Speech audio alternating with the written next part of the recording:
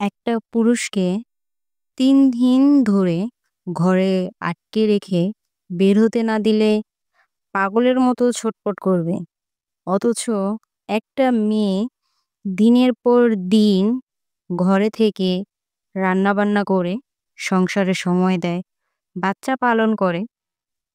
ছুটির দিনে কোনো মেয়েরা জামাইয়ের কাছে যেয়ে বাহিরে যাওয়ার জন্য কেন ঘ্যানঘ্যান করে, এটা কিন্তু রোজ ওই বাহিরে যাওয়া পুরুষরা কখনোই বুঝবে না। মেয়েদেরকে হয়তো আল্লাহ তাআলা এরকমই ধৈর্য আর গুণ দিয়ে পাঠিয়েছে। তাই তো তারা মেয়ে। তাদের ২ হাতে তারা সব করতে পারে। তাই তো পুরুষের সঙ্গে নারীর কোনো তুলনাই হয় না। কথা বলতে, বলতে এদিকে কিন্তু আমি কুটে কেটেও নিয়েছি। এখন কিন্তু রান্নাও বসিয়ে দিয়েছি। আর আজকে আমি আমার নিজের পছন্দের রান্না করছি। আসলে কি জানেন তো? আপনার নিজের পছন্দের রান্নাগুলো বা খাবার, পছন্দের জিনিসগুলো আপনার নিজেকেই করতে হবে।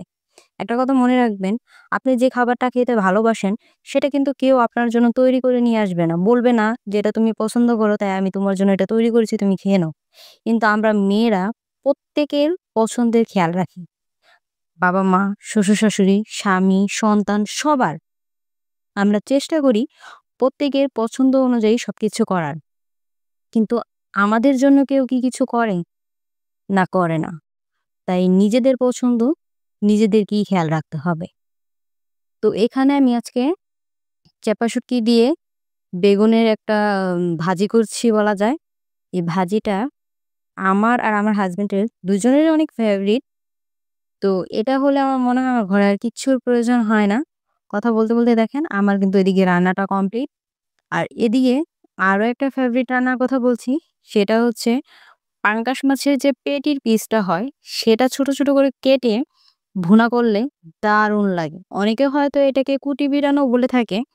তো এই রেসিপিটাও আমার খুব, খুব পছন্দের। তো আমি আজকে শুরুতেই বলেছিলাম যে নিজের পছন্দের রান্না করছি। তো এখানে মসলা দিয়ে আমি ভালো করে একটু কষিয়ে নিয়েছি। আর একটা মজার ব্যাপার কি জানেন? এই রান্নাটার সময় আমি মাছ কিন্তু ভাজবো না। এখন অনেকে বলতে পারেন মাছে যদি গন্ধ করে, তাদের জন্য আমি ছোট্ট একটা টিপস দিতে পারি। যদি ঘরে ভিনেগার থাকে, তাহলে মাছের মধ্যে ভিনেগার দিয়ে ১০ মিনিট মাখিয়ে রাখুন। ১০ মিনিট পর মাছটা ভালো করে আরো ২-১ বার ধুয়ে নিন। দেখবেন একটুও গন্ধ করে না মাছে। আর রান্নার সময় জিরা কিংবা ধনিয়া পাতা থাকলে একটু বেশি পরিমাণে ব্যবহার করুন। দেখবেন আর কোনো গন্ধ নেই। আসলে যারা এই মাছটা খেতে পছন্দ করেন তারা হয়তো বলতে পারবেন এটার টেস্ট কতটা ভালো।